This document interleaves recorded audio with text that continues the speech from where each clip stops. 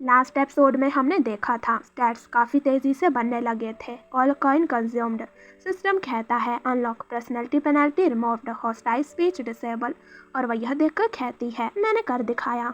और तभी हम एक हैंड को देखते हैं और उसके ग्रैंडफादर का ऑरा एकदम चेंज हो जाता है और वो कहता है टोलिया तुम। और तभी सडन वह पूरी तरह से झुकते हुए कहती है ग्रैंडफादर कृपया मेरी अशिष्टता को क्षमा करें। और सडन यह रिएक्शन देखकर वह कुछ भी नहीं कह पाता और उसकी ओर देखने लगता है।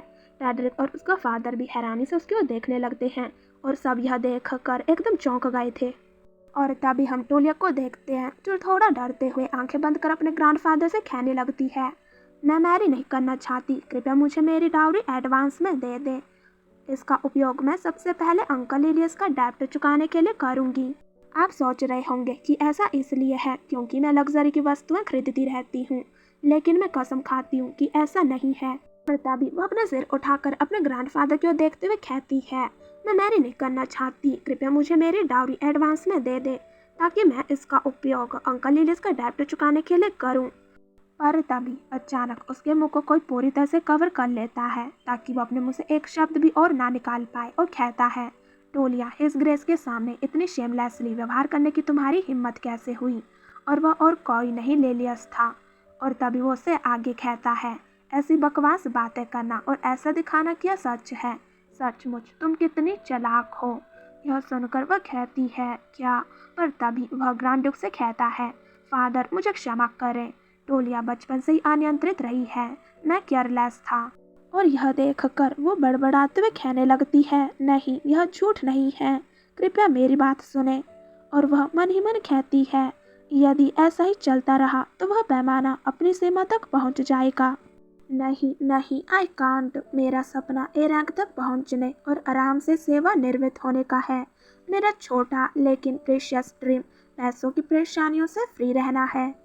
और तभी ग्रैंड ड्यूक की आवाज़ आती है, वो कहता है उसे जाने दो। यह सुनकर वह हैरानी से उसकी ओर देखने लगते हैं। वह कहती है वह असल में क्या मेरी बात सुन रहा है। लिलियस परेशान होते हुए कहता है क्या, लेकिन टोलिया। पर तभी वो फिर से कहता है मैंने कहा उसे जाने दो। और वो कहती है वह गेज बार वह फीकी पड़ रही है, क्या वह वर्क कर रहा है।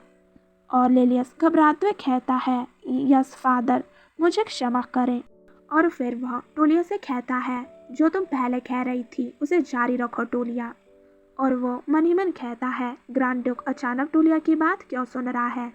यह सुनकर उसकी आंखों में शाइन आ जाता है और वो कहती है मुझे नहीं पता क्यों, लेकिन यह चांस दोबारा नहीं आएगा। और तभी वो अपने घुटनों के बल झुकते हुए आंखें बंद कर कहती है थैंक यू ग्रैंडफादर। जैसा कि मैं कह रही थी मैं अपनी डाउरी से अंकल लिलियस का डेब्ट चुका दूंगी और शांतिपूर्वक जीवन बिताते हुए इस संसार से विदा हो जाऊंगी। सिर्फ अपने लिए नहीं, मैं रेंडेल मैनर के नौकरों की देखभाल करूंगी और अपनी गरिमा को बनाए रखूंगी। और यदि आप मर्जी करें तो क्या आप मुझे उस इंडेफिनिट कन्फाइनमेंट से मुक्त कर देंगे। और वह कहती है प्लीज़ ग्रैंडफादर। और वहाँ से कोई भी आवाज़ नहीं आती। यह देखकर उसे पसीने आने लगते हैं और वो घबराते हुए कहती है इतना सन्नाटा क्यों है, क्या मैंने फिर कुछ गलत कह दिया। और वो कहती है शायद यह कोई चांस नहीं था, शायद ग्रैंड ड्यूक को मुझे मारने के लिए एक बहाने की ज़रूरत थी। और तभी ग्रैंड ड्यूक लिलियस को आवाज़ देता है। वो घबराते हुए कहता है yes yes father. Grand Duke उससे कहता है क्या आपको और आपकी वाइफ को बच्चों के इंटरनल अफेयर्स का चार्ज नहीं सौंपा गया था। यह सुनकर वो झुकते हुए कहता है हाँ फादर यह सही है। तो ग्रैंड ड्यूक कहता है तो फिर टोलिया अभी भी उसी कन्फाइनमेंट में क्यों है जो उसे 3 साल पहले मिला था। और वह यह कैसे मान रही है कि 1 महीने के कारावास को अनिश्चित काल के लिए घोषित कर दिया गया, क्या यह तुम्हारा काम था। उनकी यह बातें सुनकर वह चौंकते हुए कहती है क्या, तो वह आदमी पुरस में झूठ बोलता रहा। यह अनिश्चितकालीन कारावास नहीं था बल्कि सिर्फ 1 महीना, और सजा 3 साल पहले हुई थी, फिर भी यह अभी भी जारी है। टोलिया जो पहले से ही अभाव से पीड़ित थी उस कन्फाइनमेंट ऑर्डर के कारण लिलियस पर दयनीय रूप से निर्भर हो गई, और यह सब लिलियस के परिवार के झूठ के कारण था। और प्रेजेंट में लिलियस ग्रैंड ड्यूक से कहता है ऐसा लगता है कोई गलतफहमी हो गई है फादर। पर तभी ग्रैंड्यूक उसे कहता है, तो क्या आप यह कह रहे हैं कि टूलिया फ्रेजियर ने स्टोरेज शेड को रेंडेल मैनर समझ लिया था?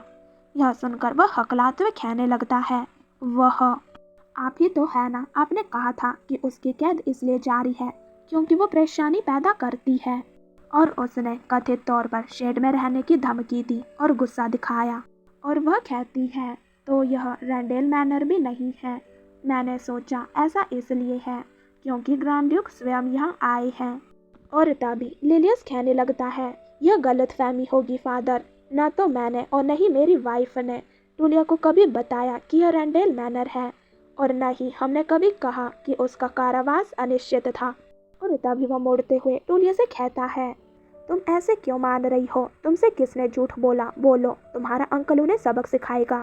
तभी फीमेलिड कहती है, टूलिया एक विलन और पीस ऑफ ट्रैश उसके आसपास भी नहीं। और वह उससे कहती है, आप सचमुच उन्हें सबक सिखाओगे? वह कहता है, बिल्कुल। वह उसकी बातों को याद करती है। वह कह रहा था, तुम सचमुच रियल पीस ऑफ ट्रैश हो। और वह कहती है, अब समय आ गया है कि मैं आपको दिखाऊं कि मैं क्या कर सकती हूँ। और वह सब बताने लगती है जो टेड्रिक उसे कह रहा था, तुमने बैंक्वेट में ऐसा दृश्य क्यों बनाया? तुम्हें तुम्हारे फादर ने अबेंडेड कर दिया, तो इसमें नाराज होने की क्या बात है? और अचानक यह बातें सुनकर घबराते हुए लिलियस उसकी ओर देखने लगता है।